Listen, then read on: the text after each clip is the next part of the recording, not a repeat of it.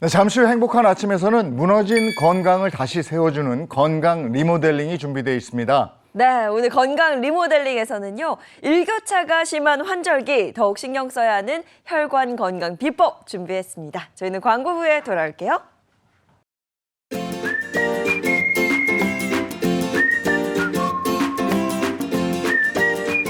안녕하십니까. 행복한 아침 이재용입니다. 안녕하세요, 장예인입니다. 오늘은 9월 20일 금요일이고요. 오늘하고 내일 비가 온 다음에는 이 무더위가 좀 그친다고 그러죠. 네. 낮 기온이 한 20도, 21도 뭐 이렇게 된다고 하니까 이제 10월로 가면서 본격적으로 가을 날씨가 될 텐데 이렇게 쌀쌀한 기운이 찾아들면 더 신경 써야 되는 거. 혈관 건강 아니겠습니까? 혈관 건강 한번 챙겨봐야죠. 네, 굉장히 중요한 부분입니다. 자칫 잘못하면 돌연사로 이어질 수 있기 때문에 특히 이 계절, 이 날씨에는 혈관 건강 더 챙기셔야 하는데요. 오늘 건강 리모델링을 통해서 혈관 건강 챙기는 비법 알아보도록 하겠습니다. 자, 잠시 후 기대해 주시고요. 금요일의 행복한 아침 본격적으로 시작합니다.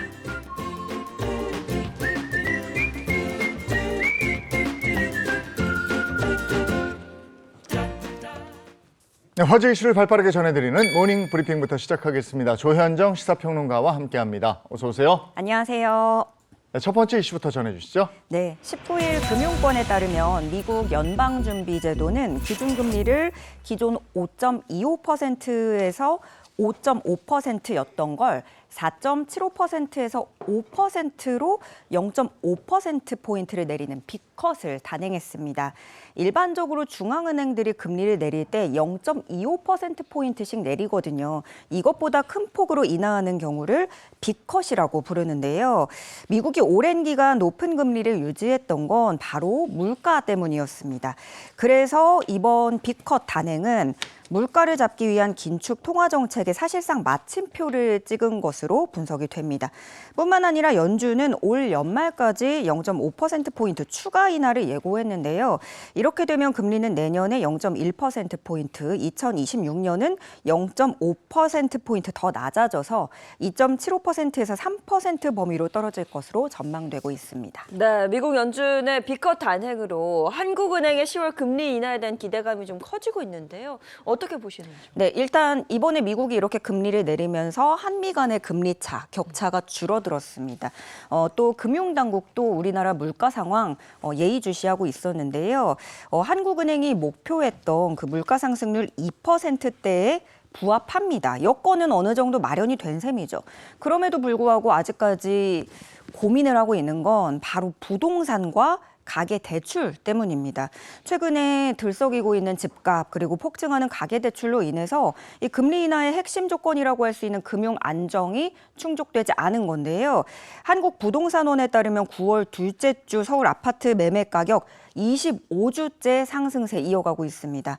또 앞서 8월 은행권 주택담보대출은요, 8조 2천억 원가량 늘어나면서 역대 최대 증가폭을 기록했습니다. 이게 심상치가 아닌데요. 이로 인해서 다음 달 초까지 부동산과 가계대출 지표에서 어떤 뚜렷한 개선세가 보이지 않는다면 한국은행이 당장 금리 인하에 나서기는 쉽지 않을 것으로 보여집니다. 시장의 기대는 그러면 올해 2번 남은 이 10월 인하냐, 11월 인하냐 여기에 기대가 쏠리고 있는데요. 일각에서는 한국은행이 10월까지는 좀 더 국내 금융 안정 상황 지켜본 뒤에 11월쯤에 금리를 인하할 것이라는 가능성에 관측의 무게가 실리고 있습니다. 네, 미국은 빅컷의 영향으로 미국 주식시장이 전반적으로 올랐더라고요. 네. 예, 우리는 미국 빅컷에 이어서 금리를 어떻게 할 것인가 예의 집중하고 있습니다.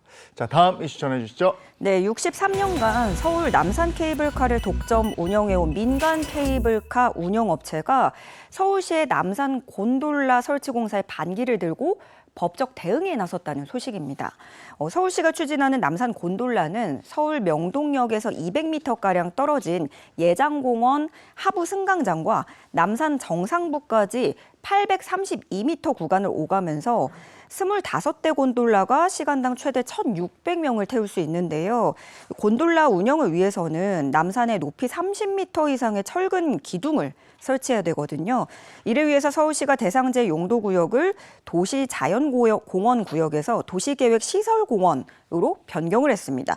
이렇게 서울시가 용도 변경을 한 이유는 도시자연공원구역에서는 12m 이상 철근 기둥을 설치할 수 없기 때문인데요. 이에 대해서 민간 케이블카 운영업체는 기존의 도시 자연공원 구역에서는 12m 이상 철근 기둥을 설치할 수가 없는데 서울시가 이 기준을 어긴 것이다 이렇게 주장을 하고 있고요. 또 남산 곤돌라가 운영될 경우에 주변 학교의 학습권 침해를 유발하고 자연환경 훼손의 우려가 있기 때문에 곤돌라 공사를 중단해야 된다 이렇게 주장하고 있습니다. 민간 케이블카 운영업체 이런 주장에 대해서 서울시는 어떤 이야기를 하던가요? 일단 서울시는 가고 있는 만큼 문제 없다, 전혀 문제 없다라는 반응이에요. 또 서울시는 사업기획 단계에서부터 여러 환경단체들과도 협의를 했고 환경 파괴나 사생활 침해 등의 우려는 없다고 얘기를 하고 있습니다. 일각에서는요, 민간 케이블카 운영업체 이런 주장이 60년 넘게 공고하게 이어왔던 독점이 깨질 것 같으니까 시비를 거는 게 아니냐, 목리를 부리고 있다 이런 지적도 나오고 있습니다. 사실 이 회사는 시가 곤돌라 민간 투자로 진행을 한다면 자신들이 운영을 하겠다고 타진해온 것으로 알려졌었고요. 또 사업 부지 40%가량이 국유지인데 사실상 남산 관리라든가 어떤 환경 보전을 위한 공공기여에는 좀 소극적이었다라는 비판도 나오긴 했었거든요. 일단 이렇게 양측의 입장이 대립하고 있는 만큼 서울시를 상대로 한 소송이 어떤 결과를 가져올지는 좀 더 지켜봐야 될 것 같습니다. 그 곤돌라가 명동역 200m 거리에서 남산 정상까지 올라가면 네. 아무래도 저 민간 케이블카 수익이 많이 줄겠죠. 네. 네, 이런 게 있겠죠. 자, 다음 이슈 전해주시죠. 네, 19일 관련 업계에 따르면 기아 노사는 2025년까지 생산직 직군 500명을 채용하는 데 합의에 이른 것으로 알려지면서 큰 화제를 모으고 있습니다. 기아 생산직은 잘 아실 거예요. 자동차 업계 최고 수준의 임금과 정년이 보장돼 있고 성과급 규모도 실적에 따라서 최대 수천만 원 받기도 하고요. 또 자녀 학자금 등 복리후생도 최고 수준으로 평가가 되고 있죠. 이 때문에 취업준비생들은 물론이고 여기에 현직 직장인, 공무원들까지 옮겨가야 되는 건지 큰 관심을 보이고 있고요. 특히 이 기아 생산직은 킹산직이라고 불러요. 왕을 뜻하는 킹과 생산직의 합성어입니다. 이른바 킹산직으로 불리고 있을 정도인데 이 기아 생산직 채용이 취업 시장에서 이렇게 주목을 받는 이유는 무엇보다 높은 임금 때문이라고 할 수 있습니다. 금융감독원 전자공시 시스템에 따르면 지난해 기아의 1인 평균 연봉이 1억 2,700만 원을 기록했다고 합니다.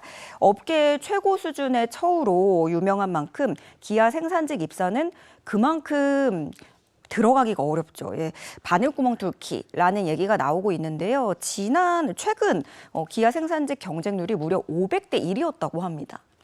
임금도 복지도 업계 최고 대우를 해주는 만큼 경쟁률 또한 굉장하네요. 앞으로도 직원 채용, 대기업의 직원 채용이 좀 많아졌으면 하는 바람입니다.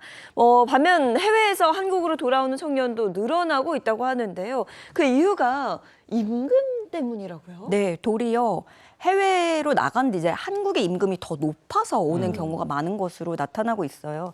2018년부터 2023년까지 정부 지원을 받은 청년 해외 취업자 2명 중에 1명꼴로 국내 복귀를 선택한 것으로 파악이 됐습니다. 국내 복귀 사유로는 임금 수준 불만족을 언급한 사람 비중이 14.7%로 가장 높았고요. 다음으로 낮은 고용 안정성, 경력 개발 가능성이 낮은 직무, 한국 대비 낮은 복지 수준 이렇게 뒤를 이었습니다. 이뿐만 아니라 주요 선진국 취업자들은 여기는 아무래도 임금도 더 높을 것 같잖아요. 그런데 뉴욕 같은 데 생각해 보시면 집 한 번 빌리는데 너무 비싼 거예요. 그렇죠. 네, 그래서 생활고를 겪는 거라고 나타났습니다. 미국, 싱가포르 이런 비싼 물가, 또 일본 같은 경우에 높은 세금, 비싼 집세 이런 것들이 사회초년생의 낮은 임금 등을 어려움으로 이유를 꼽았습니다. 예전에는 보다 멋진 생활, 보다 풍족한 생활을 위해서 외국으로 나갔다면 이제는 다시 들어오는군요. 네. 예, 이런 시대가 되었습니다. 다음 이슈도 전해 듣겠습니다.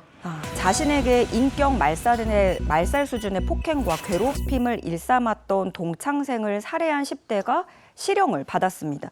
피의자를 괴롭힌 동창생은 3시간에 걸쳐 엽기적인 가혹행위를 한 것으로 밝혀져 충격을 주고 있습니다. 이게 참 안타깝습니다. 학교폭력의 피해자가 가해자를 살해하면서 피의자가 된 그런 사건이거든요. 이거 자세히 좀 전해주시죠. 네, 피의자인 A군은 중학교 3학년 때 삼척으로 전학을 오면서 동창인 B군과 C군을 알게 됩니다.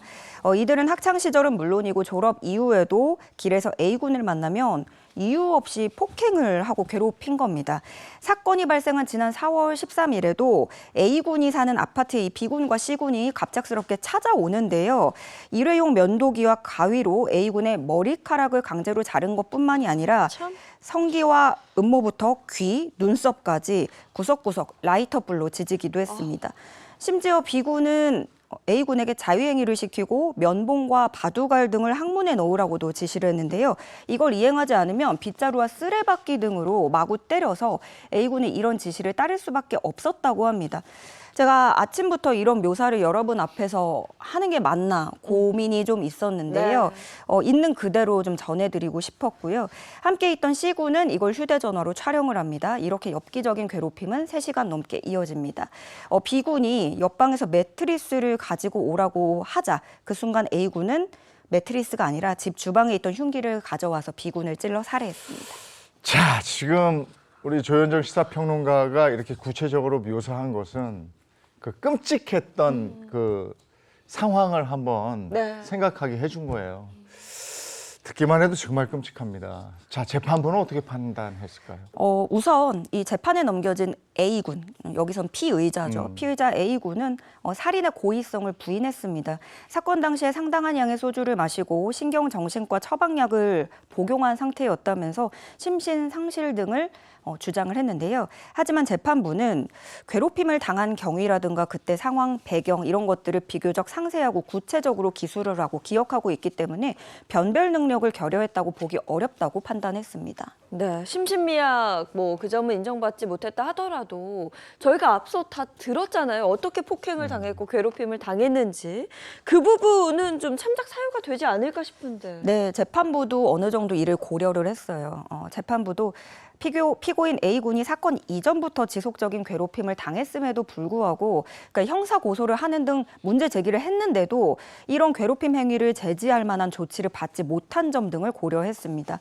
덧붙여서 약 3시간에 걸쳐 인격 말살에 이를 정도로 폭력과 가혹행위를 가해서 피고인이 이것을 견디지 못하고 범행에 이르게 된 것으로 참작할 만한 사정이 인정된다 이렇게 밝혔습니다. 결국 장기 5년 및 단기 3년을 선고를 했고요. 이에 대해서 A군은 즉각적으로 항소를 했고 검찰도 양형이 부당하다면서 항소한 상태입니다. 한편 검찰은 가혹행위를 촬영하는 등 이 괴롭힘에 가담했던 특수폭행 혐의로 재판에 넘겨진 C군에게는 징역 9년을 구형했습니다. 살인은 용서받지 못할 줄가 맞습니다. 그런데 그가 당한 이 끔찍한 괴롭힘, 이 끔찍한 괴롭힘을 멈출 수만 있었다면 이런 일이 일어나지 않았을 텐데 어디다가 얘기를 했을 텐데 그 얘기를 들은 사람들은 뭐 하고 있었는지 그리고 그때 법은 어디에 있었는지 이걸 한번 생각해 보게 됩니다. 자, 지금까지 조현정 시사평론가와 함께했습니다. 고맙습니다. 네, 고맙습니다.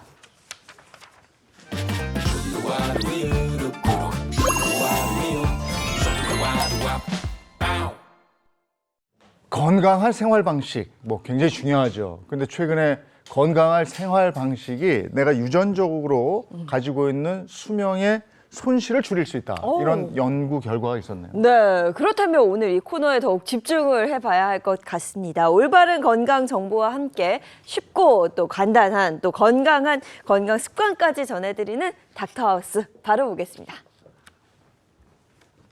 내 몸을 위한 건강 노하우 닥터하우스에서 전해드릴게요. 안녕하세요, MC 이정수입니다. 안녕하세요. 한의사 임지훈입니다. 자, 오늘의 주제 뭘까요? 서서히 나타나는 성격과 행동의 변화로 인해서 가족관계를 수렁에 빠뜨리고 일평생 쌓아올린 명예와 인격을 하루아침에 무너뜨릴 수도 있는 정말 슬프고 재앙적인 병이 있는데요. 그래서 오늘의 주제는 세상에서 가장 슬픈 병, 치매입니다. 주제를 듣자마자 벌써 막 슬퍼지는데 그럼 치매가 정확하게 어떤 건지는 일단 짚고 넘어가야 될 것 같습니다. 치매는 지적 능력과 이 사회적 활동할 수 있는 능력의 소실을 말합니다. 그러니까 치매는 여러 가지 질환들에 의해 나타나는 병적 증상인 건데 한의학에서는 매병, 건망, 전증, 허로, 선망 등으로 치매를 표현합니다. 치매 증상이라는 게 앞서 말씀하셨던 서서히 나타나는 성격과 행동의 변화인가요? 대표적으로는 그렇고요. 좀 더 자세히 말씀드리면은 첫 번째가 바로 기억력 저하입니다. 나이 들면서 보통 여러 영역의 인지 기능이 떨어지는데 치매는 보통의 나이보다 더 점진적으로 인지 기능이 저하돼서 독립적인 일상생활을 하기가 어렵습니다. 오래전 기억은 비교적 생생한데 최근에 있었던 일이 기억나지 않는 경우가 많죠. 다음으로는 언어 장애가 있는데요. 단어 선택에 어려움을 느끼거나 발음이 부정확해지기도 합니다. 또 길을 찾아가거나 그림을 그리는 등의 능력인 시공간 파악 능력이 떨어지기도 합니다. 거스름돈과 같은 잔돈을 주고받는데 자꾸 실수가 생기고 이전에 잘하던 돈 관리에 어려움을 겪는 등 계산 능력의 저하 역시 치매 증상 중 하나입니다. 충동 조절이 어렵고 툭하면 화를 내고 성격이나 감정의 변화도 나타나게 됩니다. 주변에 보면 치매 환자분들의 가족분들이 참 이런 증상으로 굉장히 힘들어하시더라고요. 맞습니다. 제가 담당했던 70대 여성 환자분의 경우도 치료를 마치고 옷 갈아입고 나오세요 안내드렸는데 멍하니 계속 누워 계시다가 치료 끝난 건가요? 저보고 이렇게 어떻게 하라고 하셨죠? 이렇게 묻기도 하셨습니다. 잠깐 사이 이렇게 깜빡하는 경우가 발생합니다. 어떤 이유로 치매가 생기는 겁니까? 보다 근본적인 발병 기전은 아직 밝혀지지 않았는데 전반적인 뇌 기능의 손상을 일으킬 수 있는 모든 질환이 치매의 원인이 될 수 있습니다. 특히 치매의 대표적 유형인 알츠하이머병의 경우 아밀로이드 베타, 타우 단백질 등이 뇌 속에 쌓이면서 신경세포를 죽입니다.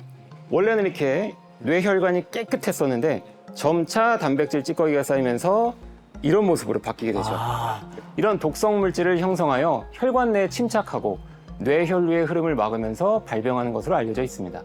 실제로 한의학에서는 맑은 피, 많은 피, 잘 흐르는 피가 중요하다고 보는데 치매일 때는 피가 맑지도 않고 많지도 않고 잘 흐르지도 않는다고 봅니다. 저도 깜빡깜빡한 경우가 많아서 그런데 이게 좀 무서운데요? 그렇다면 이정수 씨 오늘 혹시 촬영 날짜와 요일 좀 말씀해 보시겠어요? 촬영 날짜 9월 1일 일요일이요. 그렇죠. 네. 이 내용을 포함해서 제가 자가진단법을 준비해왔거든요. 네. 한번 확인해 볼까요? 자, 첫째, 오늘이 몇 월이고 무슨 요일인지 잘 모른다.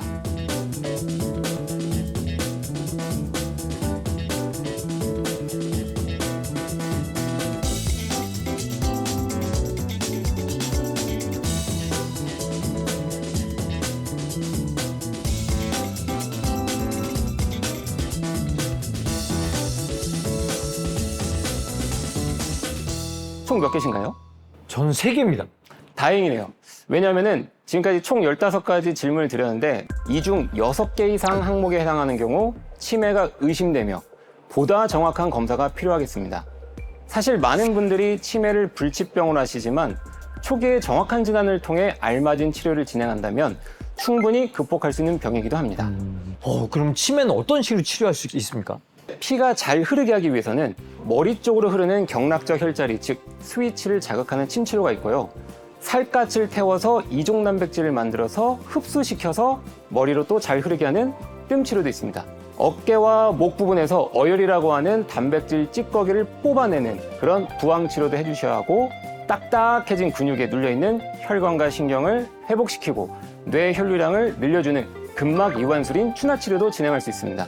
또한 장부 간의 불균형을 조정하고 피가 많아지기 위해서는 기와 혈을 보호하는 대표적 약재인 당귀, 노경, 산수유, 사양 등으로 만든 한약 치료를 시행하기도 합니다. 이는 주로 치매 초기에 활용되게 되죠.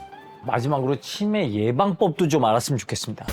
맑은 피를 위해서는 현미, 채소, 과일 같은 자연식물 위주의 식사를 하는 것이 좋고요. 특히 혈자리 지압이 치매 예방에 도움이 될 수 있는데요.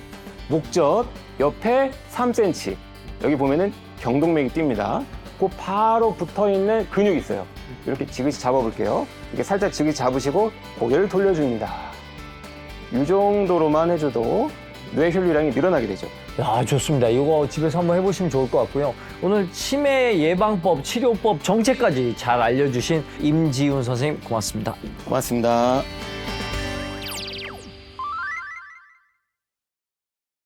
지금 여러분은 건강 노하우를 전해드리는 닥터하우스와 함께하고 계시고요. 이번엔 치과 선생님을 모셨습니다. 안녕하세요. 치과의사 송송희입니다. 자, 주제는 뭘까요?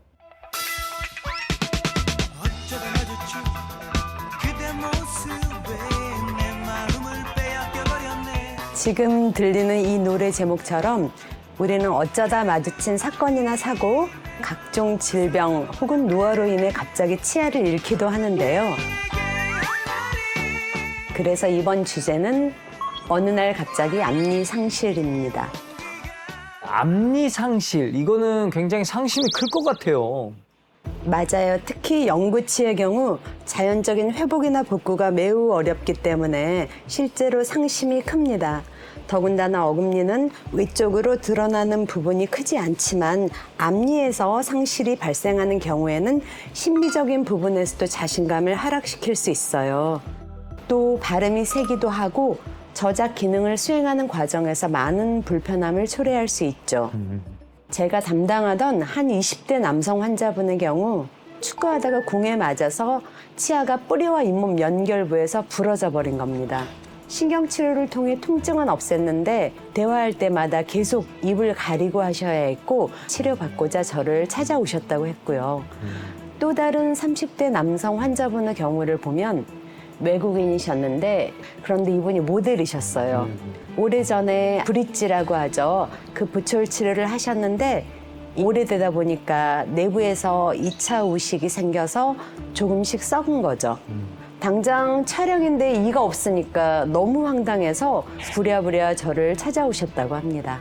이렇게 앞니를 상실했을 때는 어떤 치료법이 있을까요? 앞니의 경우 어금니와는 달리 치아와 치조골의 넓이가 좁고 뼈가 얇기 때문에 치조골의 흡수가 보다 빠르게 진행될 수 있습니다. 따라서 빠른 시일 내에 치과를 내원하여 보철이나 임플란트 식립을 고려해야 합니다. 그런데 제가 듣기로는 임플란트를 해도 잇몸뼈가 좀 내려앉는다고 하던데 맞아요? 임플란트를 심는 행위 자체로 잇몸뼈가 내려간다기보다는 발즉 임플란트를 시행하면 이를 뽑은 직후에 잇몸과 뼈가 내려가는 그 정상적인 과정에 있기 때문에 그렇게 생각하실 수가 있죠. 그런데 또 임플란트 주위염 등의 질환이 생겼을 때 등의 상황이 닥치면 염증으로 인해 종종 잇몸과 잇몸뼈가 내려앉기도 합니다. 그래서 앞니를 상실했을 때는 심미적인 요소가 다각도로 고려된 심미 임플란트를 진행합니다. 이거 처음 듣는 것 같은데요. 심미 임플란트가 뭡니까? 심미 임플란트란 상실된 자연 치아를 대체할 수 있는 치료법으로 단순히 기능적인 측면, 회복뿐만이 아니라 치아의 모양이나 색조, 투명도 등의 심미적인 기능까지 고려하는 임플란트입니다. 사진을 보시면 이 대문이라고 하는 앞니 두 개의 잇몸 라인이 똑같죠. 잇몸 색도 똑같고 보철도 똑같고요. 내 이가 빠지기 전 그대로 보존되도록 심는 이런 경우를 심미 임플란트라고 합니다. 앞니에 진행되는 심미 임플란트는 자연스러운 심미적 기능을 보완해 줄 필요가 있는 만큼 정교하게 제작해야 합니다. 말씀하신 것처럼 심미적인 부분이나 기능적인 부분을 다 챙기려면 그 과정이 꽤 까다롭겠어요. 아무래도 그런 편입니다. 심미 임플란트는 일반 임플란트에 비해 식립 과정이나 난이도가 상당히 까다로운 편이기 때문에 수술에 대한 이해도와 경험이 아주 많은 의료진을 통해 진행해야 합니다. 또 이 앞니 안쪽, 입과 천장 쪽에서 이 코로 이어지는 비구신경이라는 게 있습니다. 이 신경의 위치를 충분히 고려하여 올바른 위치에 식립해야 합니다. 더불어 식립이 잘못될 경우에 픽스처가 노출될 수 있는 만큼 식립 전에 엑스레이와 CT 촬영 등의 장비를 통해 구강의 입체적 확인과 시뮬레이션 수술로 각도와 깊이, 위치 등을 분석하고 조절하여 훨씬 더 많이 생각하고 시행해야 한다는 겁니다. 임플란트는 사후 관리도 굉장히 중요하다고 들었는데 맞죠? 정확하십니다. 심미 임플란트를 비롯하여 대부분의 임플란트는 사후 관리에 따라 장기적 수명이 결정됩니다. 임플란트 보철은 일반 보철처럼 정기적으로 한 번씩 교체해 주시면 되고요. 텍스처라고 하죠. 이 뿌리 부분은 염증이 생기지 않도록 잘 관리해 주시면 반영구적으로 쓰실 수 있어요. 그렇기 때문에 정기적인 치과 방문이 반드시 필요하고요. 특히 앞니 쪽은 뼈와 잇몸이 얇아서 어금니 쪽에 비해 염증이 훨씬 더 취약해요. 그래서 염증이 생기면 금방 녹아버릴 수 있거든요. 따라서 심리 임플란트 치료 전 해당 병원의 사후 관리 프로그램이 잘 갖춰 있는지 확인해 보는 것이 좋겠습니다.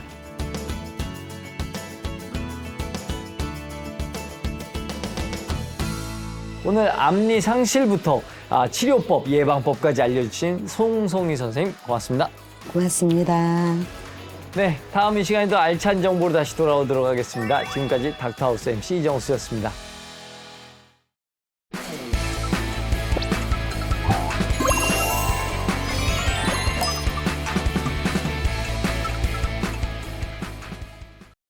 네, 행복한 아침 함께하고 계신 지금 시각이 7시 57분을 향해 가고 있습니다.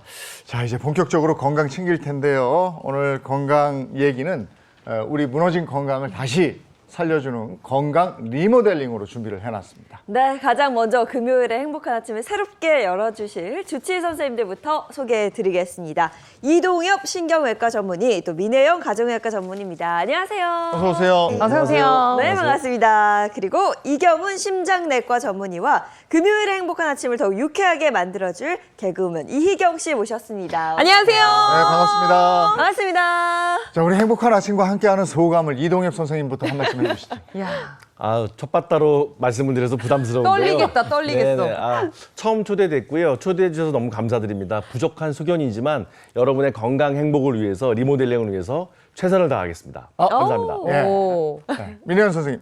네, 저도 아침에 여러분들에게 좀 유용하고 또 알찬 정보들 쉽게 알려드릴 수 있도록 노력할게요. 잘 부탁드립니다. 네, 오랜만에 반갑습니다. 반갑습니다. 네, 이경훈 선생님. 예, 반갑습니다. 저도 쉽고 알기 쉽게 알 수 있도록 열심히 노력해 보도록 하겠습니다. 네, 반갑습니다. 이희경 씨. 네, 저는 뭘 가르쳐 드릴 수는 없고요. 네. 저는 정말 행복한 아침 덕분에 나는 행복합니다. 나는 행복합니다. 아니, 정말 행복한 금요일 아침을 제가 맞이하고 있거든요. 네. 이제 우리 시청자분들도 매주 금요일 아침 아주 행복해지실 수 있도록 저도 최선을 다해서 행복하게 진행해 보겠습니다. 네, 반갑습니다. 막 행복한 에너지와 기운이 막 뿜뿜 올라오는 것 같습니다. 자, 근데 날씨 얘기 좀 해볼까요? 가을이 맞나 싶을 정도로 여전히 뭐 사실 아침, 저녁으로도 후텁지근한 날씨가 계속되고 있는데 아마 이제 오늘 좀 비가 내리고 있잖아요. 비가 네. 그치고 나면 기온이 좀 뚝 떨어질 거라고 합니다. 근데 기온이 이렇게 갑작스럽게 떨어지게 되면 환절기, 혈관 건강 네. 얘기 나오거든요. 맞아요. 뭐 가을, 겨울 쭉 나오는 문제죠. 네. 저 사실 이렇게 혈관 건강을 지키기 위해서는 무엇보다도 올바른 예방이 가장 중요하거든요. 그래서 오늘 본격적으로 혈관 건강에 대해서 이야기를 나누기 전에 네, 제가 간단한 퀴즈를 하나 준비를 했어요. 퀴즈부터. 화면 한번 보실까요? 네. 자, 당뇨병과 이상 지질혈증 사이에 빈칸이 있습니다. 이게 어떤 퀴즈일지 좀 기대가 되는데요, 선생님? 네, 퀴즈 드릴게요. 자, 당뇨병과 이상지질혈증 두 명의 이제 환자 수를 좀 비교를 해볼 거예요. 2019년부터 2023년까지 5년 동안 네. 이 당뇨병과 이상지질병증의 환자들 중에서 환자 증가수가 더 많은 병은 어떤 병일까요? 증가수가 더 많은 거. 그러니까 그걸 구두모를 치다가- 찾는 건가 봐요. 네. 그렇죠. 그냥 수가 아니라 증가폭. 증가포. 증가포. 근데 선생님, 일단 당뇨병은 저희가 흔히 잘 알고 있는데 이상지질혈증은 저는 처음 들어봤거든요. 저게 조금 뭐예요? 생소하시죠? 네. 사실 우리가 건강검진 받으면 콜레스테롤 수치 확인을 할 때요. 하나만 나오는 게 아니라 수치가 4가지가 나와요. 총 콜레스테롤, 그리고 우리가 나쁜 콜레스테롤이라고 유명한 LDL 콜레스테롤과 중성지방 수치가 나오고요. 또 좋은 콜레스테롤이라고 하는 HDL 수치도 나오거든요. 이상지질혈증은 이 수치 중에 어느 하나라도 정상 범위를 벗어난 경우를 뜻합니다. 오. 그럼 이제는 이제 아는 거니까 그러면 이상 지질 혈증하고 그 뭐죠 고지혈증하고는 어때요? 같은 거예요? 다른 거예요? 맞아요. 대부분의 분들이요 고지혈증으로 알고 계시는 경우가 많은데 사실 고지혈증 좀 더 좁은 범위예요. 고지혈증은 아까 말씀드린 수치 중에 나쁜 콜레스테롤, LDL 콜레스테롤과 중성지방이 너무 많은 경우만 국한해서 의미를 하기 때문에 어떻게 보면 이상 지질혈증이 더 폭넓은 개념이라고 볼 수 있습니다. 이제 알려주셨으니까 풀 수 있을 것 같아요. 그러면 먼저 풀 기회를 드리겠습니다. 저는 이제 답을 알고 있어요. 알고 있지만. 2023년까지 당뇨병하고 이상 지질혈증 환자 수 증가율. 요즘 우리가 당뇨병 많이 다뤘었잖아요. 네네. 그리고 아이들도 달달한 거, 어른들도 달달한 거, 그리고 또 막 화학 조미료 섞인 거 이런 거 많이 드시니까 단연 당뇨병 아니겠어요? 근데 이렇게 문제가 쉬우면 아마 이게 문제를 내지 않았을 것 같아서 제가 눈치로 풀어보자면 저는 이상 지질혈증이 아닐까. 이런 꼭 시험 생각이 문제를 드는데. 이런 식으로 푸시는 분들 맞습니다. 네. 아니 근데 눈치로.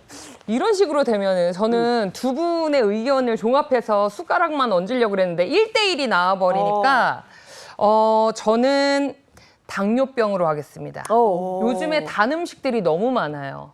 오죽하면은 요즘에 무설탕 음식들이 굉장히 많아지고 있잖아요. 괜히 나오는 게 아니에요. 그래서 당뇨병. 당뇨병. 정답이 지금 2대1로 나왔습니다. 네, 1이네요. 선생님. 네, 정답이 궁금한데요? 자, 정답은요.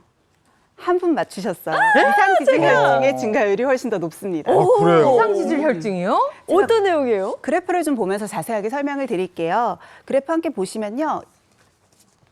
네, 2019년부터 2023년까지 이상 지질혈증 진단받은 환자 수이거든요. 사실 해마다 계속 증가하고 있죠. 네. 2019년도 같은 경우는 이상 지질혈증을 진단받은 환자 수가 219만 정도의 수준이었는데 5년 뒤 2023년도에는 304만 명을 넘었고요. 이게 불과 5년 만에 38.4%나 증가한 추세라고 해요. 그러니까 같은 기간에 고혈압 환자 수 같은 경우는 증가율이 한 15% 정도, 당뇨병 환자 수는 19%, 절반 정도밖에 되지 않았습니다. 야, 이상 지질혈증 환자 수가 5년 새에 38.4%면 야, 이거 엄청나게 증가한 건데 연령별로 유병률은 어떻게 됩니까? 예, 그렇습니다. 국내 성인의 이상 지질혈증의 연령별 유병률을 보면요. 그래프 나오시죠? 20대부터 50대까지는 여성보다 남성의 유병률이 훨씬 높았는데요. 여성의 경우 남성과는 달리 나이가 들수록 이상 지질혈증의 유병률이 꾸준히 증가하다가 60대부터는 여성이 남성의 이상 지질혈증 유병률을 넘어서는 것을 볼 수가 있습니다. 이거는 같은 여자로서 좀 화가 나는 게 이제 60대부터는 여성 발병률이 더 높잖아요. 아니 나이 드는 것도 슬퍼 죽겠는데 아니 왜 특히나 60대 이상부터는 이렇게 발병률이 이상지질혈증 발병률이 앞서 나가는 거예요? 높은 거예요? 60세 여성에서 생기는 일이 뭡니까? 폐경이죠. 네, 그래서 그 이유는 바로 폐경 때문이죠. 그래서 여성은 폐경을 기점으로 해서 이상지질혈증의 유병률이 급격히 증가하게 됩니다. 그래서 여성으로 혈관의 어떤 폐경으로 인해서 여성의 혈관 건강이 중요한 역할을 하는 여성 호르몬인 에스트로겐이 급격하게 분비가 감소되면서 문제를 일으키게 됩니다. 그래서 폐경 이후에 여성들은 더욱더 적극적으로 이런 이상지질혈증의 관리가 필요합니다. 이상 지질혈증 환자가 증가하는 추세라고 하니까 정말 조심해야겠다 좀 걱정이 되는데요. 네. 그럼 만약에 이상 지질혈증을 제대로 관리하지 않는다면 그러면 어떻게 될까요? 이상지질 혈증은 혈관 노화를 촉진하는 방아쇠 같은 역할을 하게 됩니다. 이상지질 혈증은 혈압을 올리는 고혈압과 인슐린 저항성이 커지는 당뇨병과 같은 만성질환과 동반되기 쉽습니다. 네. 고혈압 환자의 약 72%는 이상지질 혈증을 동반하고 있고요. 당뇨병 환자는 이보다 더 많은 약 87%의 이상지질 혈증을 동반하고 있다고 합니다. 무서운 건 이상지질 혈증은 평상시에 증상이 전혀 없다는 것입니다. 이렇게 위험 요소가 많을수록 전신 혈관은 더 빠르게 망가지게 됩니다. 고혈압으로 혈관 손상이 생기고 당뇨병으로 염증반이 촉발되게 되면 그 부위에 콜레스테롤이 침착되게 되고 죽상동맥 경화증이 더 가속도가 붙게 됩니다. 죽상동맥경화증이요? 죽상이라는 말은 많이 들어봤어요. 너 왜 이렇게 얼굴이 죽상이냐 할 때 근데 그 죽상 동맥경화증이라고 하면 그럼 동맥경화증이 약간 뭐 죽상인 건가요? 뭔가요? 죽상동맥경화증은 죽상경화증과 동맥경화증의 합한 말이 되겠습니다. 죽상경화증은 우리 혈관 가장 안쪽에 콜레스테롤이 침착해서 혈관 내피세포가 증식되고 혈관 자체가 좁아지거나 막히는 병입니다. 수도관을 예를 들게 되면 오래된 수도관을 보게 되면 안에 이물질이 쌓여서 침착물이 쌓이고 내경이 좁아지게 되는데 우리 혈관이 바로 이런 상태가 되는 것입니다. 동맥경화증은 혈관의 중간층이 퇴행성 변화로 인해서 탄력성이 떨어지는 일종의 노화 현상이 되겠습니다. 죽상동맥경화증은 어느 혈관에 생기냐에 따라서 증상이 달라지는데요. 심장이 혈액을 공급하는 관상동맥에 이상이 생기면 협심증이나 급성 심근경색증이 생기게 되고요. 뇌동맥이나 경동맥에 문제가 생기게 되면 뇌졸중이나 뇌출혈 같은 병이 생기게 됩니다. 이상지질 혈증을 방치하게 되면 돌연사의 위험이 증가하기 때문에 굉장히 주의가 필요한 것 같습니다. 아이고야. 네, 얘기를 들어보니까 정말 나에 상관없이 이상지질 혈증 관리를 잘해야 되겠다 이런 생각이 드는데 이상지질 혈증의 원인이 뭐고 이 이상지질 혈증을 진단받은 분들이 무너진 혈관을 다시 리모델링하면 하려면 어떻게 해야 되는지 이 방법이 뭔지 이게 또 궁금해집니다. 그렇죠. 이 이상지질혈증으로 무너진 혈관 건강을 우리가 다시 리모델링을 하려면 무엇보다도 나쁜 콜레스테롤인 LDL 콜레스테롤의 관리가 중요하거든요. 사실 이상지질혈증을 진단받으신 분들이 생활 습관이 원인인 경우들이 좀 많아요. 그러니까 우리가 고열량, 그중에서도 고지방과 고탄수화물의 식이를 먹는 것도 원인이 될 수 있고요. 운동이 부족하다거나 스트레스를 받는다거나 또는 흡연이나 음주 같은 것들도 원인이 되죠. 그래서 반대로 이걸 관리하기 위해서는 식습관을 좀 개선하시는 것이 좋은데요. 일단 좀 탄수화물이 너무 많은 음식들 또는 라면 같은 인스턴트 음식, 튀김 음식 이런 것들은 LDL 콜레스테롤을 높일 수 있으니까 피하시는 게 좋겠죠. 이왕이면 흰 쌀밥보다는 잡곡밥을 드시는 것이 더 좋겠고요. 삼겹살같이 기름이 많은 고기보다는 닭고기류가 더 좋습니다. 또 하루 한 줌의 견과류를 드시는 것도 콜레스테롤 수치를 개선하는 데 도움이 될 수가 있고요. 무엇보다도 오메가3 지방산이 풍부한 꽁치나 참치, 삼치와 같은 생선류를 즐겨 드시는 것도 도움이 될 수 있죠. 혈관은 75%가 막혀도 자각 증상이 없다고 합니다. 그러니까 쉽게 말해서 언제 또 어느 부위에서 어떻게 문제가 발생할지 우리가 스스로 느끼지 못한다는 거거든요. 무섭다. 더욱더 좀 신경을 쓰고 관리를 해야겠다라는 생각이 듭니다. 자, 그럼 이어서 나눠볼 혈관 건강 이야기 키워드로 또 살펴볼까요? 환절기, 침묵의 살인자, 무서운 두 단어가 나왔는데 아침부터 왜 이렇게 무서워? 이게 네. 어떤 질환입니까? 예, 신경외과 전문의로서 좀 부족하지만 설명을 드린다면 그것은 바로 뇌졸중입니다. 예, 그래서 뇌졸중은 좀 무섭죠. 침묵의 살인자. 그래서 우리가 인지하지 못할 정도로 혈관 건강이 나빠지면서 천천히 진행되기 때문에 막상 증상 발현이 됐을 때는 갑작스럽게 굉장히 치명적으로 오지만 그런 증상 발현이 생기기 전까지는 전혀 모르고 있는 질병이거든요. 그런데 이제 그래서 우리가 침묵의 살인자다라고 보통 얘기를 하게 되는데요. 이 뇌졸중에는 두 가지가 있습니다. 그래서 혈관이 막혀서 발생하는 뇌경색과 뇌혈관이 터져서 발생하는 뇌출혈로 나누게 되고 뇌졸중 환자 중에 80%는 뇌경색, 20%는 뇌출혈로 인해서 뇌졸중이 발생하게 됩니다. 이게 정말 남의 일 같지가 않은 게 사실 저희 시어머님도 뇌출혈이 있으셨었어요. 그래서 이런 이야기를 들을 때마다 저도 이제 가슴이 자꾸 철컹철컹 내려앉는데 왜 하필이면 이렇게 환절기에 유독 뇌졸중 발병률이 높아지는 건가요? 네, 그렇습니다. 환절기에 이제 뇌졸중 발병률이 상당히 높아지는데 네. 크게는 두 가지 원인이 있으세요. 그래서 첫 번째로는 요즘 환절기에는 이제 기온과 기압이 변화가 무쌍하죠. 그래서 혈관이 수축하게 되고 이완하는 것들이 혈압 변동을 크게 일으키면서 발생하는 것이 1번이고요. 네. 두 번째는 일교차가 커지게 되면 이제 우리 몸에 체온에 문제가 생기게 되죠. 체온 조절 능력이 좀 다소 저하가 되면서 혈관 안에 있는 혈액의 점도의 변성이 생깁니다.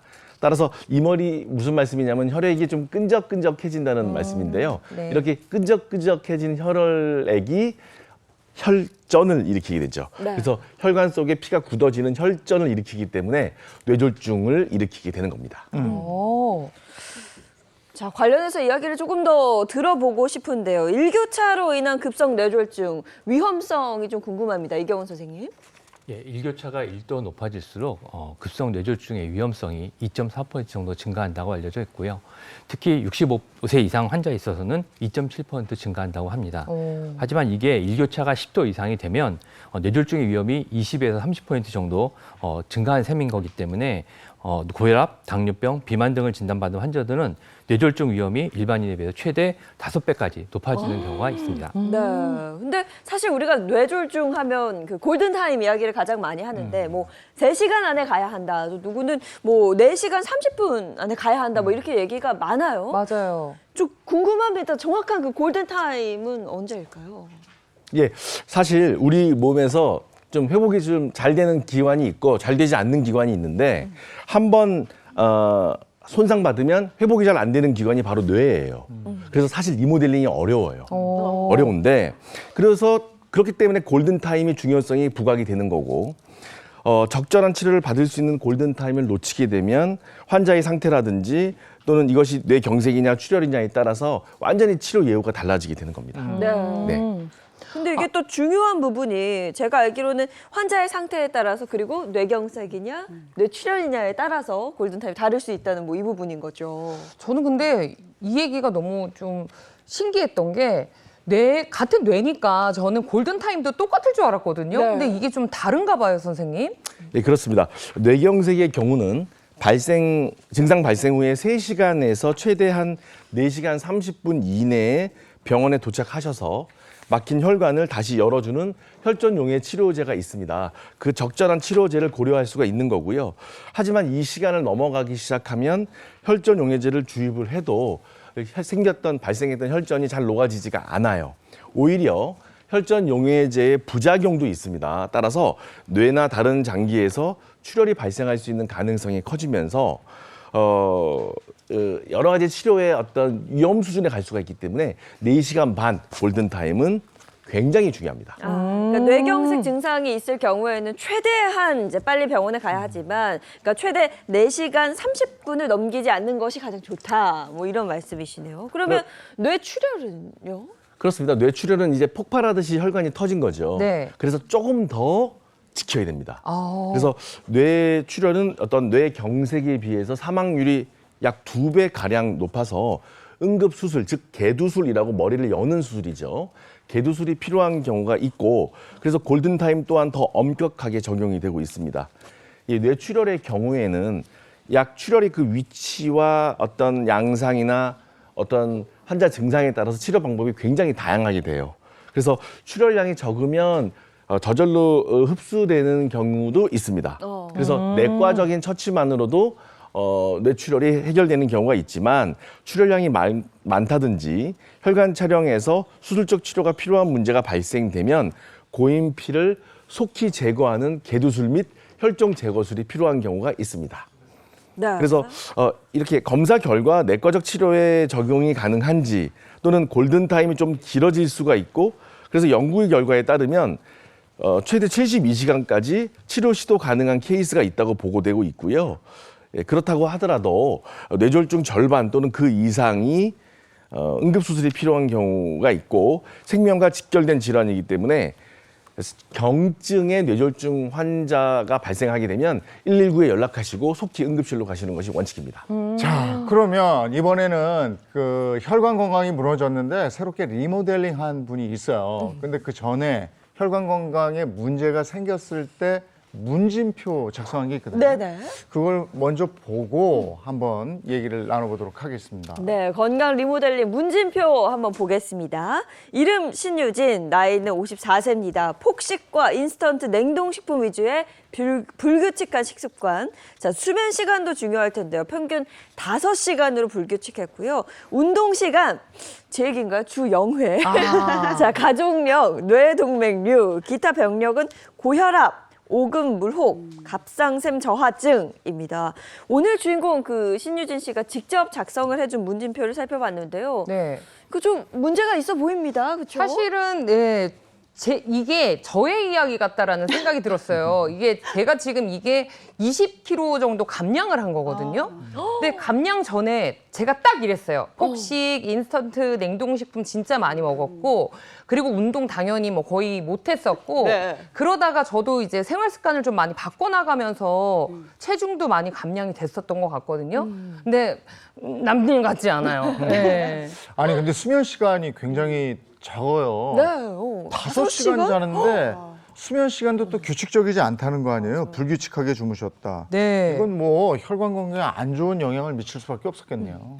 우리나라 분들이 유독 좀 수면을 무시하는 경향성이 있으세요. 근데 수면 패턴 굉장히 중요하거든요. 사실 수면 패턴이 불규칙한 사람들은 일반인들보다 대사증후군의 발생 위험도 30%나 높고요. 우리가 오늘 걱정하고 있는 심내혈관 질환의 위험성도 2배가량 높아질 수 있다고 하니까 규칙적으로 주무시는 게 중요합니다. 네. 예, 신유진 씨의 그 작성하는 문진표를 보니까 일단은 뇌동맥류 가족력이 있어요. 그다음에 고혈압과 같은 혈관 질환도 있으시기 때문에 우리 방금 앞에서 뇌출혈에 대해서 살펴봤잖아요. 이 뇌출혈을 일으키는 가장 큰 원인 중에 하나가 바로 고혈압과 뇌동맥류예요. 그래서 오늘의 그 주인공이신 신유진 씨께서 이 두 가지를 모두 겪으셨다고 하시니까 좀 각별히 주의를 요하시고요. 현재 어떻게 관리를 하고 계신지 상당히 궁금합니다. 네. 이 문진표에 적혀 있는 생활 습관만 봐서는 이 혈관 건강이 무너질 수밖에 없어요. 네. 근데 무너지는 걸 방치하지 않고 다시 리모델링 했다는 거거든요. 이 영상을 보면서 어떻게 했는지 한번 확인해 보시죠. 요즘같이 일교차가 큰 환절기엔 혈관이 수축과 확장을 반복하기 때문에 혈관 건강을 더욱 신경 써서 관리하고 있다는 신유진 씨를 만나봤습니다. 남다른 사연이 있다는데요. 안녕하세요. 네, 안녕하세요. 아니 지금 뭐 하고 계시는 거예요? 명상하면서 운동 좀 하고 있어요. 제가 혈압이 좀 높은데 옛날에 뇌동맥류가 걸렸었거든요. 그래서 시술 받았어요. 3년 전 뇌동맥류 진단을 받았다는 유진 씨. 이때 일했었는데 이때만 생각하면 좀 마음이 안 좋네. 뇌간 부위의 혈관이 풍선처럼 부풀어 미리 발견하지 못했다면 돌연사로 이어질 수 있는 위험한 상황이었다죠. 전조 증상은 어땠을까요? 제가 걸음을 군인같이 걷는데 걸음걸이가 점점 느려지더라고요. 그리고 힘이 없어지고 침도 흘리고 그리고 말도 어눌해지고. 어느 날부터 다리에 힘이 빠지고 어지럼증을 동반한 심각한 두통에 시달렸답니다. 글씨도 제대로 쓰지 못했다는데 뇌동맥류가 생긴 원인은 무엇이었을까요? 저희 집은 가족력이 좀 있어요. 엄마도 있고 여동생도 있고 남동생도 있고. 엄마 보시면서 엄마가 한 15년 투석을 하셨거든요. 그거 하면서 스트레스 받아갖고 이게 그 폭식할 때도 있고 그렇다고 이제 안 먹기는 좀 뭐하고 막 왔다 갔다 식습관이 그랬던 것 같아요. 뇌동맥류 가족력이 있었지만 대수롭지 않게 생각했다는 유진 씨. 당시 생활 습관을 한번 체크해봤는데요.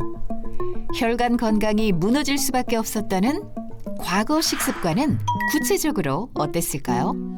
아니 냉동실에서 뭘 꺼내시는데 뭘 많이 꺼내세요? 냉동 피자 같아요? 저 피자네, 피자. 요즘에 냉동 피자 정말 맛있게 나오는데 일단 이거 먹기가 편하니까 저도 자주 먹게 됐었던 것 같아요. 네. 자, 저렇게 돌려서 피자 또 한 입 하시는 건데. 근데 여기까지 나. 사실 저렇게 불규칙한 습관은 저 정말 안 콜라네. 좋아요. 디자인 역시 콜라죠. 저거 안 좋아. 배달 음식도 많이 시켜 먹고요.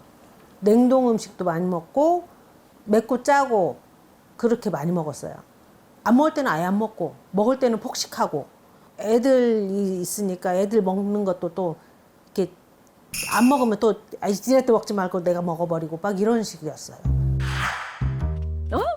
아니 근데 피자 드셨잖아요. 근데 뭘 또 간식을 또 드시네요? 왼손은 콜라 계속 들고 있어요. 그러니까 아니 이렇게 재미있는 좋아하는 방송 보면서 간식 먹으니까 얼마나 행복하시겠어요. 근데 드시고 바로 누워요. 누웠는데 배 위에 또 뭐가 닿아요. 우리의 모습이죠 뭐. 아니 뭐 누워있는 게 편해 보이긴 합니다만 사실 건강에는 정말 안 좋은 습관이거든요. 죽을 고비를 넘긴 뒤로는 식습관부터 차근차근 바꿨다는 유진 씨. 그녀의 밥상은 어떻게 달라졌을까요? 저게 비포, 지금 애프터. 많이 싱거워졌어요. 싱거워지면서 이렇게 저염식이고 그리고 밀가루 안 먹고 집에서 거운 해 먹으려고 해요. 유진 씨만의 혈관 튼튼 건강 레시피. 토마토, 애호박, 당근 등을 썰어 한데 모아 끓여준다는데요. 뭘 만드는 거죠? 채소찜이에요. 그 생으로 먹기 싫고 그래서 닭가슴살, 새우 따로 삶기 귀찮고 한꺼번에 몽땅 넣고 끓여갖고 찜으로 먹어요. 그래도 맛은 괜찮더라고요. 뭐 딱 봐도 건강해 보이죠. 네. 식단 칭찬합니다. 그럼요. 식이섬유가 풍부해서요. 동맥벽도 보호하고 또 우리의 혈관 건강을 지키는 데도 좋습니다. 또 채소 스튜와 함께 즐겨 먹는 음식은 바로 연어 양배추 샐러드. 그런데 양배추는 왜 생으로 먹나요? 양배추가 비타민C가 많이 있거든요. 근데 그 풍부한 비타민C를 열이 가하면 영양소가 파괴가 돼요. 그래서 생으로 샐러드로 먹으려고요. 세심한 부분까지 신경 써서 식단을 관리해야 무너진 혈관 건강을 지킬 수 있다고 말하는 유진 씨. 이처럼 탄수화물과 지방 섭취를 줄이고 단백질과 비타민이 풍부한 식단을 구성해 먹는 게 좋답니다. 이제 다 만들었으니까 먹어봐야겠다. 이처럼 건강한 식습관을 유지한 지도 3년째. 간식도 끊고 매일 정해진 시간에 맞춰 새끼를 챙겨 먹는다는데요. 맛있어. 현재 유진 씨의 혈관 건강은 이상무. 뇌동맥류 시술 받은 지 3년이 흘렀지만 재발할 가능성이 있기 때문에 이를 예방하고자 식사 후에 꼭 챙겨 먹는 게 있다는데요. 대체 뭘까요? 리포좀 오메가3라는 건데요. 혈관 건강에 도움이 된다고 해서 꾸준히 먹고 있어요. 체내 흡수율을 높였다는 리포좀 오메가3. 혈관 건강의 중요성을 누구보다 잘 알기에 과거 안 좋았던 생활 습관과 식습관을 개선하고자 부단히 노력하고 있다는 유진 씨. 이번엔 집 밖을 나섰는데 어딜 가는 거죠? 이나야! 어서 와. 친구랑 데이트라도 하려는 걸까요? 딱 맞춰서 오는구나. 우리 둘이 가갖고 운동 좀 하려고요. 최근에 푹 빠진 운동이 있다는데요. 시원하고 좋다. 와, 오랜만에 오니까 너무 좋다. 바로 스크린 골프를 치러 온 것. 준비 운동은 필수. 몸 풀어야지. 그래야지 잘 칠 거 아니냐. 너 성격이 너 알지? 한번 하면 그냥 끝을 보는 성격이라 이거 너 무리하면 큰일 난다. 골프는 신체의 여러 근육을 사용해 스윙 동작을 해야 하다 보니 전신 운동 효과를 볼 수 있다는 사실. 오, 잘했어. 오, 잘했어.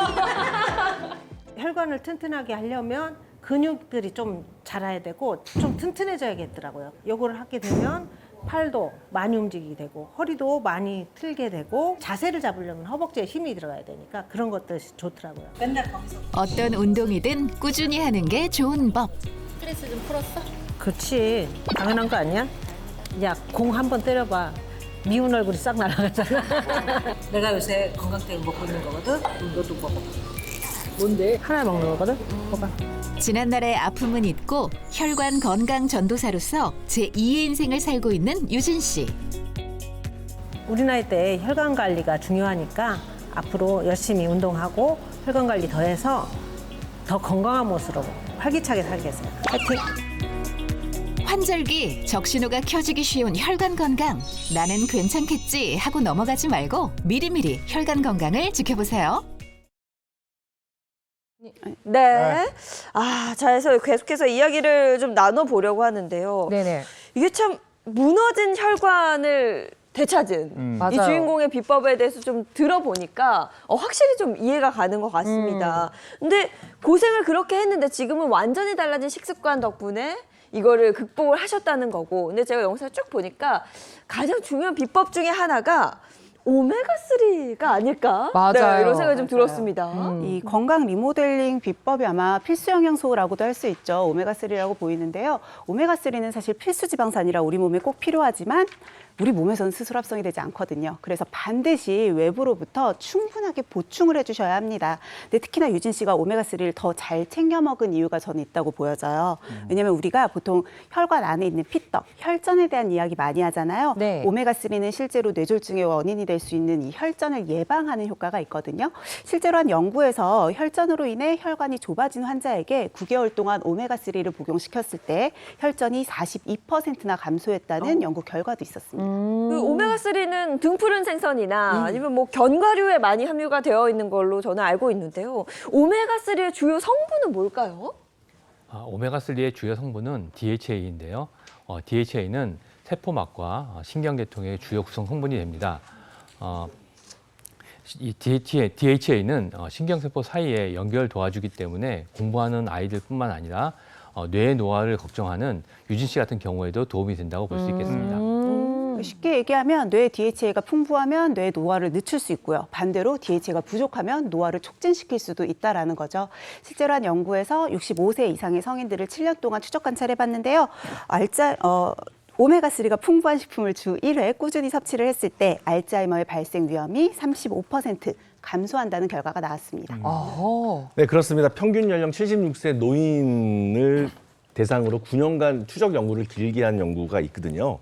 오메가3가 풍부한 음식을 일주일에 3회 이상 충분히 섭취해서 혈중 DHA 수치가 상위 25%인 그룹은 하위 25% 그룹보다 치매 발생 위험이 47%나 감소했다고 보고하고 있습니다. 우와. 그 유진 씨가 혈압이 높았었잖아요. 그런데 오메가3가 고혈압 관리에도 도움을 줍니까?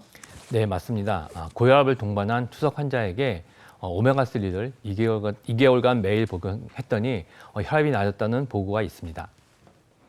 예, 이뿐 아니라 고지혈증 환자에게 오메가3를 4개월 동안 섭취시키고 어떤 변화가 있는지 보고하는 연구가 있었어요. 그 결과 중성지방은 45%, 나쁜 콜레스테롤은 50% 이상 감소했다고 보고하고 있습니다. 또 경계성 고혈압 환자를 대상으로 오메가3를 20주간 섭취시키자 대조군에 비해서 뇌혈관 개선이 크게 개선됐다고 보고하고 있습니다.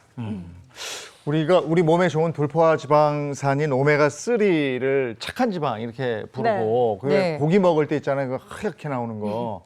이거 나쁜 지방이잖아요. 네. 근데 이게 어떻게 나쁜지 실험을 통해서 준비를 했다고 그러는데 그거 한번 보죠. 자, 저 깔때기가 우리 몸 혈관이라고 가정을 하고요. 깔때기에 있는 돼지기름, 저기 혈전이라고 볼게요. 일단 먼저 나쁜 지방이라고 하는 포화지방산 버터를 한번 넣고 저어보면 변화가 없죠. 오히려 꽉 막혀서 잘 네, 막고 내려가지도 있어요. 않고요. 하지만 좋은 기름, 불포화지방산인 착한 기름 오메가3를 넣고 저으면 저렇게 청소를 깨끗하게 해주면서 내려가는 걸 볼 수 있습니다. 정말 오메가3를 넣은 쪽을 그냥 막힘없이 싹 통과를 하네요. 네, 착한 지방인 오메가3가 우리 몸에 있는 뭐 중성지방이나 나쁜 콜레스테롤이라고 하는 LDL 콜레스테롤의 청소를 도와줘서 저렇게 혈관을 깨끗하게 만드는데도 일조한다고 볼 수 있는 거죠. 이야, 신기하다. 근데 앞서 영상에서도 언급이 됐었는데 그냥 오메가3를 드시는 게 아니라 리포좀 오메가3를 드시더라고요. 근데 그 앞에 붙은 리포좀? 이 단어가 좀 생소합니다. 리포솜 우리나라 말은 일단 아니고요. 네. 네. 네, 어느 나라 말인 것 같습니까? 약간 이탈리아 리포좀. 비슷하게 갔습니다. 아니에요? 네, 리포솜은 그리스어인데요. 네, 그러니까 리포스가 이제 지질을 뜻하고 소마는 이제 신체를 뜻하죠. 그래서 리포스와 소마의 합성어예요. 그래서 우리가 건강하기 위해서 몸에 좋다는 음식을 먹습니다. 그런데 그것이 어떻게 돼야 됩니까? 우리가 흡수가 잘 돼야 됩니다. 네. 그래서 아무리 비싸고 좋은 음식을 먹어도 흡수가 가장 중요하기 때문에 몸에 좋은 음식 성분이 체내에 얼마나 흡수되냐가 관건이고 먹는 족족 흡수가 잘 돼서 배출이 안 되고 의미 있는 즉 리포솜 형태로 체내 흡수율을 높이기 때문에 개발된 공법이라고 할 수 있습니다. 네. 리포좀 공법. 아직도 잘 이해가 가지 않습니다. 선생님께서 잠깐 말씀해 주신 것처럼요. 사실 우리 몸에 들어오는 건 흡수가 중요해요. 근데 내 몸은 사실 방어도 중요하잖아요. 네. 그렇다 보니까 우리 몸의 세포와 유사한 구조만 집어넣어주고요. 아니면 튕겨냅니다. 아, 신기하다. 리포좀은 그래서 우리 몸에 있는 세포막과 굉장히 유사해요. 친수성의 머리와 그리고 친유성, 기름같이 난 꼬리를 가지고 있거든요. 그러니까 요거를 세포막처럼 저렇게 둥그렇게 감싸주는 거예요. 그러면 저 안에 필요한 물질을 딱 넣고 우리 몸에 들어오면 내 몸은 내 세포랑 똑같네? 라고 생각해서 튕겨내지 않고 쏙쏙 흡수시켜서 흡수율을 높여준다는 거죠. 아, 현대 기술이 발전하는 것처럼 오메가3도 계속해서 이렇게 발전하는 이야, 거군요. 신기하다. 네. 맞습니다. 오메가3는 계속 진화 중인데요. 1세대 오메가3는 고등어나 연어에서 그대로 기름을 짠 것입니다. 불포화 지방산이 포함되어 있지만 몸에 나쁜 지방인 포화 지방도 포함되어 있습니다. 우리가 건강을 위해서 오메가3를 먹는 건데 건강에 도움이 안 되는 나쁜 지방 먹는 것도 안 되잖아요. 그래서 이를 보완한 2세대는 에탄올을 넣어서 이 나쁜 지방인 포화 지방을 제거했습니다. 그런데 아쉬운 점은 체내 흡수율이 낮다는 점이었습니다. 그럼 이 점도 보완을 해야겠죠. 체내 흡수율이 낮은 점을 보완해 업그레이드한 것이 3세대 RTG 오메가3입니다. RTG 오메가3 많이 들어봤어요. 이거는 진짜 많이 들어봤어요. 네, RTG 오메가3는 체내 흡수율을 높이고 불포화 지방을 풍부하게 해서 혈관 건강에 도움을 주는 역할을 합니다. 그 다음이 바로 유진 씨가 드셨던 리포솜 오메가3입니다. 기존 3세대 RTG 오메가3보다 한 단계 업그레이드 했다고 보시면 됩니다. 네. 사실 내 몸 같은 경우는요, 물과 친한 친수성 성분도 있고 기름과 친한 친유성 성분도 있거든요. 근데 제가 아까 리포솜은 물과도 친하고 기름과도 친하다고 말씀을 드렸잖아요. 그래서 기존에 있는 일반 오메가3에 비해서 이 리포솜 오메가3가 우리 몸에선 어떻게 다르게 작용을 하는지를 알려드릴 수 있는 실험을 준비했어요. 자, 물과 기름이 담긴 비커가 우리 몸이라고 가정을 해볼게요. 일단 먼저 기존에 있는 일반 오메가3를 넣고 한번 잘 섞어보겠습니다. 내 몸이라고 생각하시면 돼요. 오메가3를 먹어도 약간 잘 안 섞여요. 물과 기름이다 보니까 제대로 저러면 흡수가 될 수가 없는 거예요. 그런데 리포솜 오메가3를 넣고 똑같이 한번 잘 저어보면 상대적으로 친수성과 친유성을 다 갖고 있으니까 너무 잘 섞이죠. 잘 섞여요. 저게 내 몸이라고 생각하면 물과 기름 모두에 잘 저렇게 흡수가 될 수 있으니까 흡수율은 물론이고요. 생체 이용률까지도 더 높일 수 있다고 볼 수 있어요. 진짜 진화 버전이네요. 네, 그렇습니다. 실제로 그 건강한 쥐에게 오메가3 이멀전과 리포솜 공법에 오메가3를 투여했더니 리포솜 오메가3를 투여한 쥐의 혈청과 지질에서 오메가3가 오랫동안 유지된다는 논문 보고가 있습니다. 뿐만 아니라 이제 리포솜 약물 전달 시스템을 이용한 표적 전달 물질 항암제의 효능을 높이고 부작용을 최소화해서 치료작용을 증가시킨다는 논문도 보고되고 있습니다. 네. 그런데 이 오메가3 하면 살짝 그 비린내가 나서 맞아요. 먹기가 좀 어렵다, 힘들다 이렇게 말씀하시는 분들이 꽤 많은데요. 그 리포솜 오메가3는 어떤지 그것도 좀 궁금합니다. 예, 일반 오메가3의 경우에는 어치와 속쓰림, 역류 등으로 인해서 섭취를 꺼려 하시는 분들이 있습니다. 리포솜 오메가3는 리포솜으로 코팅했기 때문에 어치가 없고 먹기 편하다는 장점이 있을 수가 있겠습니다. 리포솜으로 코팅되어 있기 때문에 보관 중에 산화를 방지하는 산화 안정성이 높아졌기 때문에 오메가3를 가진 성질을 변하지 않고 잘 유지시킨다고 알려져 있습니다. 네, 섭취 시에 주의사항도 살펴봐야 될 것 같은데 주의점은 뭐가 있습니까? 시중에 오메가3 제품이 굉장히 많잖아요. 그런데 원료를 꼭 살펴보라고 말씀을 드리고 싶어요. 왜냐하면 몸에 좋으려고 먹는 건데 위험하면 안 되거든요. 우리가 일반적으로 생각하는 참치나 연어같이 큰 크기의 어종은 먹이사슬이 피라미드 꼭대기에 있다 보니까 중금속의 축적률이 상당히 높습니다. 그래서 어떻게 보면 좀 위험할 수도 있어요. 그래서 가급적이면 아래쪽에 위치하고 있는 소형 어류로부터 추출을 한 오메가3인지를 꼭 확인해 보시는 게 좋겠고요. 내가 평소에 혈관 관련된 질환이 있어서 혈전용해제와 같은 약들을 복용하고 계시다면 반드시 전문의와 상의 후에 섭취 여부를 결정하시는 것이 중요합니다.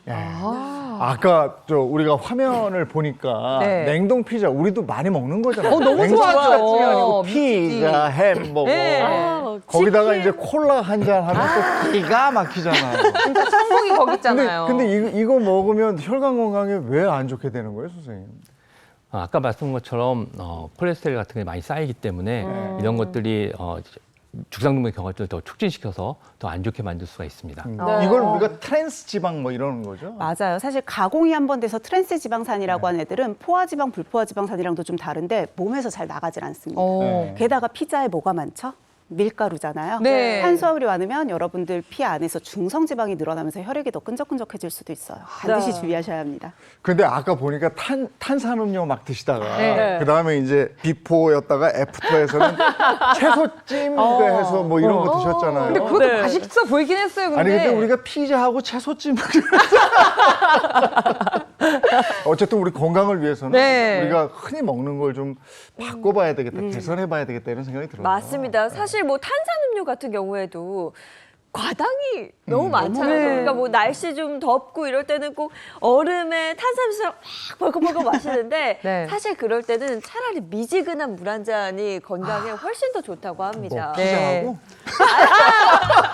그 어떻게 다 끊을 순 없잖아요. 자, 오늘 혈관 건강 관리 비법 좀 알아봤는데요. 혹시 선생님들이 가진 팁이 있을지 혈관 관리 비법 하나씩 좀 들어보고 싶습니다. 가장 먼저 이동엽 선생님부터 한번 들어볼까요? 오늘 먹는 얘기 많이 나와서 저도 먹는 거 좋아합니다. 그런데 저는 척추신경외과 의사로서 한번 말씀드리고 싶은 거는 결국 운동입니다. 그래서 운동을 4가지를 권합니다. 유산소도 중요하고요. 네. 근력 중요하고 반드시 밸런스 운동하시고 지구력. 이 4가지의 운동을 음식도 골고루 들듯이 골고루 운동하기를 권합니다. 네. 그럼 저는 요즘 환절기니까 환절기에 주의하실 부분들 좀 알려드릴게요. 요즘같이 일교차가 크면 혈관이 받고 있는 부담이나 무리가 상당히 많이 가게 되거든요. 그래서 웬만하면 외투나 스카프 같은 거 챙기셔서 변하는 일교차에 대해서 몸이 좀 대항할 수 있도록 해주시면 좋겠고 실내와 실외에서의 온도차도 5도 이내로 실내 온도를 유지해 주시는 건 혈관 건강과 여러분들의 전반적인 면역력을 지키는 데 모두 좋습니다. 네. 이경우 선생님. 심장혈관 질환이 있는 모든 환자들한테 제가 똑같이 말씀드리는 건데 다 안 지켜지는 거고 다 아는 거거든요. 싱겁게 드시고 기름진 거 피하시고 운동하시고 술, 담배 안 하시는 거. 싫어요. 싫어요. 힘들어요. 이게 지금 이런 얘기 들으면 무슨 낙으로 써? 정신 건강에 해로워요. 아 근데 이것도 중요하죠. 네. 맞아요. 우리가 뭐가 잘못된 습관이고 뭐가 잘된 습관인지 알아. 알아요. 근데 그걸 잘 못 고쳐서 그게 탈인 거죠. 맞습니다. 자, 그럼 오늘 희영 씨 함께 네. 했는데 어떠셨어요? 정말 재밌는 시간이었고요. 오늘 리포좀 오메가3 배우면서 나도 리포좀 게스트가 돼야겠다. 그러니까 좀 뭔가 이 방송에 잘 흡수되고 잘 어울릴 수 있는 리포좀 게스트가 되겠다라는 걸 여기다 지금 적어놨어요. 리포좀 게스트 되기. 너무 재밌었습니다. 네. 그러니까 무엇보다도 적절한 운동을 우리가 늘 얘기하는 거잖아요. 네, 그죠? 네. 그리고 체온 유지 아까 지금 민 선생님 얘기하셨듯이 이제 기온 차이가 크기 때문에요. 네. 실내, 실외 내 체온 관리가 무엇보다 중요하다 이런 말씀 해주셨고 생활 습관 말씀해 주신 거예요. 술, 담배니 뭐니 나쁜 거 우리가 알기 때문에 네. 나쁜 거는 좀 아예 하지 말자보다는 네. 자제하자. 자제하자. 왜냐하면 다짐해보자. 내가 자신이 없어서 뭐 다시 이런 한번 다짐. 거고요. 예, 그리고 도움이 되는 뭔가가 있다면 그 정도 한두 개 정도는 내가 좀 이렇게 섭취를 하는 거. 네, 챙겨 먹는 예, 거. 요게 또 우리 혈관 건강을 지키는 방법이 아닌가 이런 생각이 들었습니다. 네. 여러분과 함께 오늘 혈관 건강 챙겨봤습니다. 도움 말씀 고맙습니다. 고맙습니다. 감사합니다. 자, 제가 앞서도 말씀을 드렸죠. 오늘을 기준으로 이제 비가 내리면서 기온이 뚝 떨어지고 오늘 실컷 얘기했던 환절기 이제 본격적인 시작이 됩니다. 자, 오늘 날씨 어떤지 바로 알아보죠. 마지연 기상캐스터 나와주세요. 네, 상암동에 나와 있습니다. 지긋지긋한 더위의 끝이 보입니다. 오늘과 내일 가을을 재촉하는 비가 내릴 텐데요. 현재 제주를 제외한 전국의 폭염특보가 해제됐습니다. 장마철같이 많은 비가 예보돼서 튼튼한 우산 챙겨야겠습니다. 모레까지 영동에 300mm 이상, 그 밖의 지역도 150mm가 넘겠고요. 제주에는 초속 20m의 강풍도 몰아치겠습니다. 오늘 대부분 지역에 강한 비도 예상됩니다. 전국에 호우특보가 내려질 걸로 보이고요. 시간당 30에서 50mm씩 세차게 쏟아지겠습니다. 비가 오며 낮 기온이 하루 만에 뚝 떨어집니다. 서울 28도로 어제보다 5도가량 낮겠고요. 대구도 29도에 머물면서 대부분 30도를 밑돌겠습니다. 토요일인 내일도 전국에 비가 오겠고요. 영동과 충청 이남은 일요일까지 길게 이어집니다. 아침 기온이 20도 밑으로 내려가서 선선한 가을 공기 느낄 수 있겠습니다. 전국에 폭우가 내리면서 우리나라 상공의 열돔을 깨뜨립니다. 이제 비구름 뒤로 찬 공기가 내려올 텐데요. 늦었지만 서서히 계절이 가을로 바뀌겠습니다. 지금까지 날씨였습니다. 이번 주 짧았죠? 네. 어제 오늘 하니까 또 바로 주말이에요. 근데 비가 오니까 날씨 잘 살펴보셔야 되겠습니다. 네, 덥다 했는데 아마 오늘을 기준으로 또 춥다 할 날이 금방 올 것 같습니다. 행복한 하루 또 주말 보내시고요. 저희는 다음 주 월요일 아침 7시 30분에 돌아오겠습니다. 행복한 아침, 행복한 하루, 그리고 행복한 주말 보내십시오. 고맙습니다. 고맙습니다. 즐겨봐 너의 세상 플레이 더 넥스트 채널 A.